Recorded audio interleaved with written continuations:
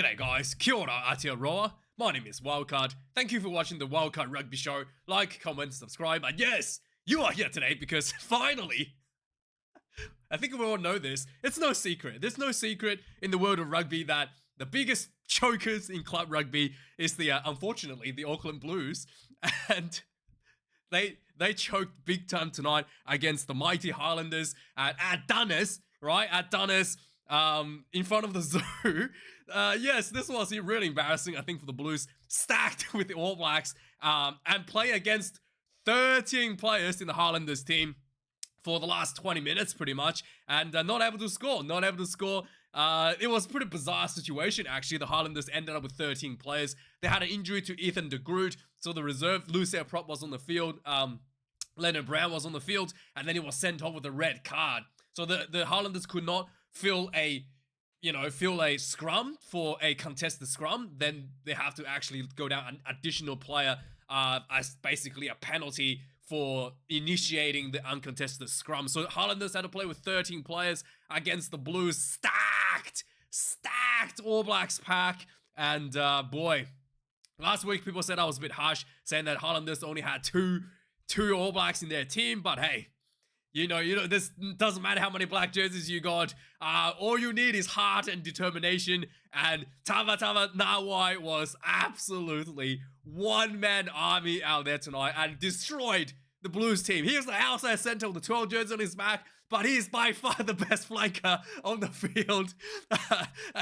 Forget about Dalton Papali'i, open side flanker for the All Blacks. Forget about all that. Tava Nawai is the best flanker in New Zealand. The amount of turnovers he had against the Blues was just you think that it was like Richie McCaw returned or something, right? He was so good. He just turned over the balls again and again and again and again, and it was outside center. And boy, this guy was.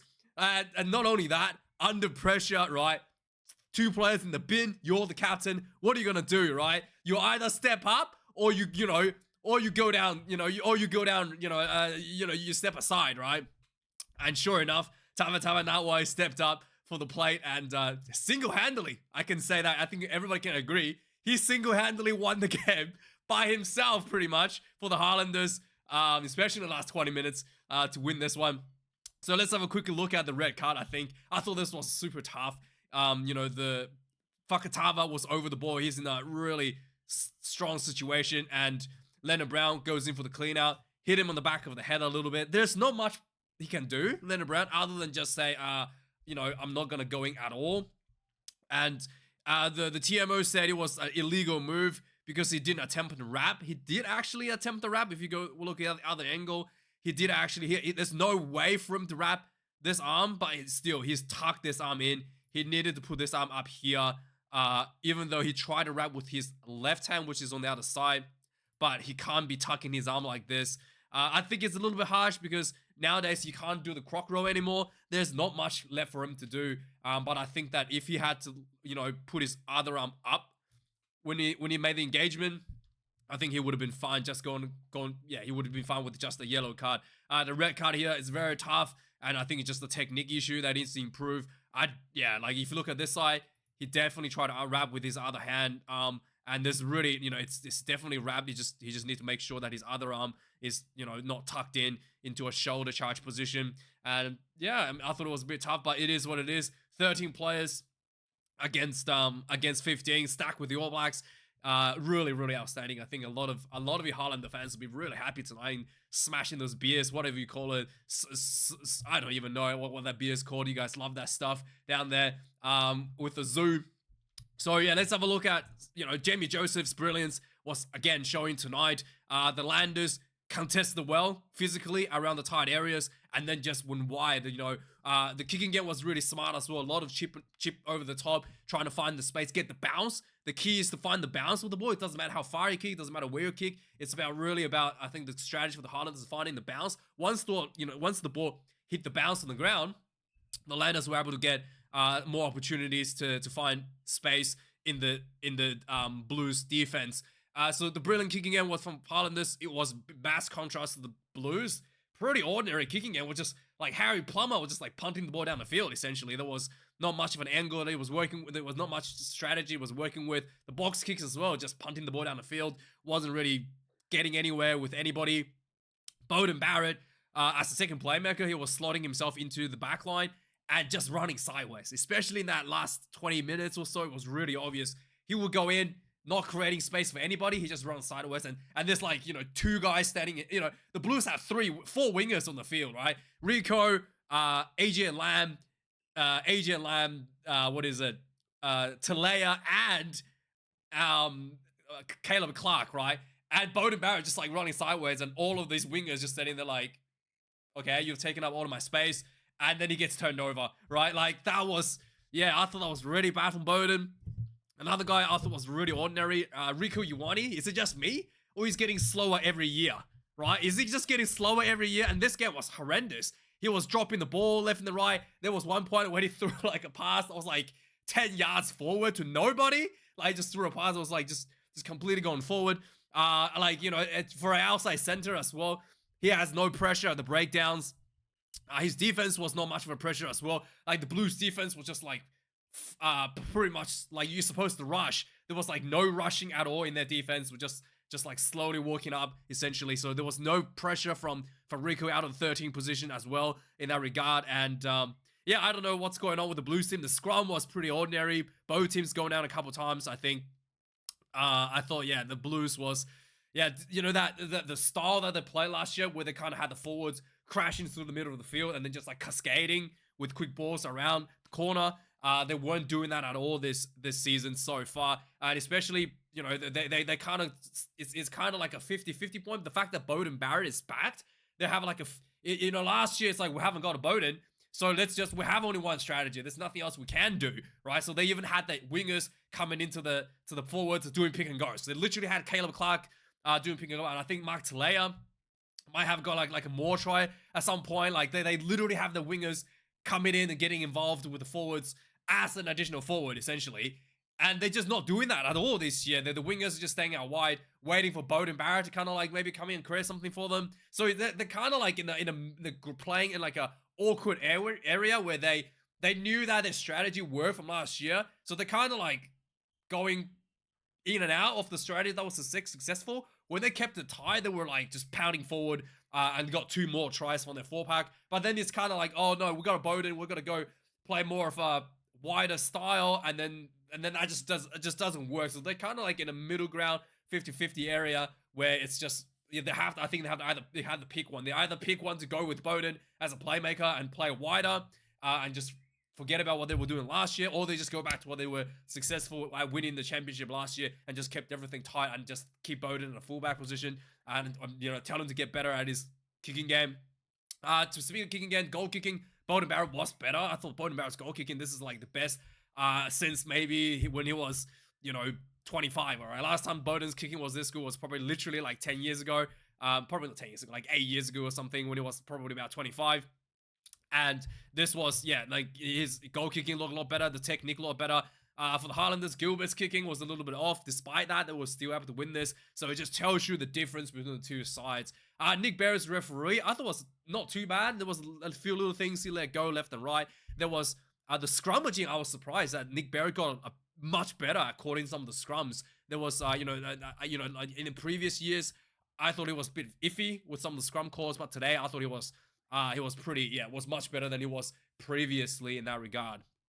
One last thing is that the fact that he was calling the Highlanders blue and the Blues white, so it was a little bit confusing at times. He was like, let go blue, and I was like, the Blues are like, I was like, what the hell's going on? Like, is he talking to the Blues or is he talking to the Highlanders? Because Highlanders, they should have just gone with black and white, because Highlanders had like really dark blue jerseys. Should have just called them black, because it was like really confusing at times when he was calling blue and it was actually referring to Highlanders in that regard. Anyway, let's look at some of the stats. 3 tries apiece, Highlanders to the Blues 3. 467 run meters, 344 for the Blues. 11 turnovers considered the Highlanders, 11 turnovers considered against the Blues. Probably about 8 of them turnovers by Tava Nawai. 13 tackles made the Highlanders, 10 missed tackles. The Blues 151, 21 missed tackles. A little bit on the high end considering they made 151 tackles. It's a percentage wise is a little bit off. 28 kicks for the Highlanders, 29 for the Blues. 3 missed conversions for the Highlanders. And 100% for Bowden, so definitely better there. No lineouts lost for the Highlanders, 1 for the Blues. There was a couple lineouts I thought it wasn't straight, and the referee just didn't call. So again, Australian referees, I'd keep the game flowing, I guess. 3 scrums for the 9 scrums to 3. No one lost any scrums. I thought it was pretty even overall. And finally, let's have the penalty count. 8 penalties considered the Highlanders, 1 red card, and Blues 10 penalties considered, no cards. So overall, the penalty count is not too bad, other than the red card. The Highlanders had to work through that, and really, really well done, to be honest. The players and Jamie Joseph knew exactly what needed to be done, and Tava Nawai stepping up to the plate, making the big difference. So let's go through the game. Let's see what happened. So right from the get-go, it was looking like the Blues could potentially blow this game completely out with 40 points to 10 or something, right? There was a penalty. They didn't take the 3 points like they normally do. They go for the line out. They went for the maul. Got a penalty advantage as well. The maul was about a meter short. One pick and go. And then Finley Christie saw a gap, picked up again, and dot the ball down on the try line. 7 points to 0 for the Blues. There was, and then there was like a 4 pass for Rico. It was just like, what the hell are you doing, dude? 20 minutes into the game, penalties to the Highlanders. They were under the pumps for about 20 minutes, to be honest. They went for the 3 points to steady the situation a little bit. 3 points to 7. 22 minutes into the game, again, the Blues are just running rampant. There was a line out that was thrown over the top. It looks like there was a bit of knock on there, but the referee's like, all right, let's play on, whatever. The ball kind of went to Harry Plummer, who ran through a little gap because it was a bit of a confusion of whether it was knock on or not. He ran through a bit of a gap. The ball came out. He got tackled. The ball came out. Quick ball. Flat ball to Bowden Barrett. Crashed through under the post. He got smacked in the face with a forearm as well. The Bowden. 14 points to 3, regardless. And then 15 minutes into the game. Sorry, not 15 minutes. 37 minutes into the game. 29 minutes into the game. My bad. 29 minutes into the game. Hurley, it was like the Highlanders was looking quite down and out at the moment, out of ideas. Hurley got the ball. He just there was some pointless kicking from the Blues. Hurley got the ball. He ran back, little chip over the top of the ball, bounced on the ground, and then he scooped it up, ran down, untouched into the corner. Just stepped, just juked the defender at the end, into the corner. 8 points to 14. 38 minutes into the game. Again, there was a penalty to the Highlanders. They went for the line out. They went for more. There was a lot of pick and goes. Eventually, it was I think it was Fakatava, got about 5 meters short. The ball came out and it went wide. It was a bounce pass to Gilbert on the sideline. He went in for the try. 13 points to 14. Missed another kick. So halftime score 13 points to 14. Blues lead. Second half starts. There was early penalties to the Highlanders. They kicked 3, 16 points to 40, taking the lead. Again, Rico was dropping the ball everywhere at this point, and then he was missing tackles. So let me know what you think about Rico. Is he just getting worse every year or what? 50 minutes into the game, again, the Blues backline just doesn't seem to be firing at all. They went back to their bread and butter. They went for the line out. They went for the maul. This was a really long maul. He went for about 20 meters. Got really close. Got over the try line, and then Ricky Riccatelli grounds the ball. 16 points to 21. It doesn't matter. The ball. There was a kick. There was a. So there was from the Blues kickoff. There was there was the Highlanders counter attack from outside, from inside their own half. There was a nice little offload, and then some nice passes down the sideline. There was, what was it? The Fakatava, I think, was down the sideline. He threw the ball back in field to Hurley, who again, I think it was Fakatava. I think it was Hurley. Yeah, he got the ball down the sideline, and then it was he shrugged off. Is it Fakatava or was it? Anyway, I think it was Hurley. He shrugged off AJ Lamb, and Rico Ioane here. He probably could just put some jet speed on and made the tackle from behind, but he just almost just went for the ankle tap and missed.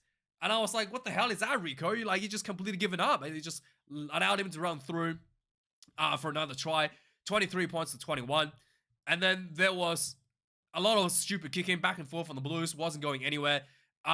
58 minutes, there was a red card to Lennon Brown, so suddenly the Highlanders are down to 13 players because there was no available props for contested scrums. Despite that, the Highlanders kept it tight. There was a so there was a penalty at the breakdown where Tava Nawai got the turnover, and then he immediately took a quick tap, kicked the ball down the field for a 50-22. Like, it was a huge play. Again, the ball kind of went out, and then a huge play. The Blues wasn't able to capitalize. The Highlanders wasn't able to capitalize on that. 63 minutes in the game. Again, the Highlanders. What happened here? Yeah, the Highlanders at this point, again, was inside the Blues half.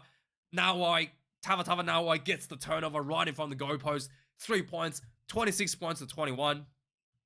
And then 74 minutes into the game, the Highlanders was grinding their way back into the Blues half, right in front of the goalpost, and then another penalty. Highlanders kicks another one, 29 points to 21.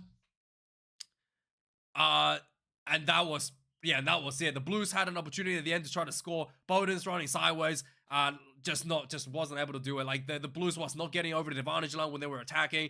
The Highlanders just happy to get the ball and run the clock down. And eventually, huge upset, massive efforts from the Landers, and good times for the Zoo, I guess, tonight. And have a good one, guys. Thanks for watching. Like, comment, subscribe, and let me know your thoughts about some of the performances from the All Blacks tonight, from the Blues team, and let me know what you think the Blues needs to do to improve. Is Bowden needs to be dropped? I think that's the question that needs to be asked, right? But then, I don't know. Something needs to be changed in the Blues team, and let me know your thoughts. Cheers.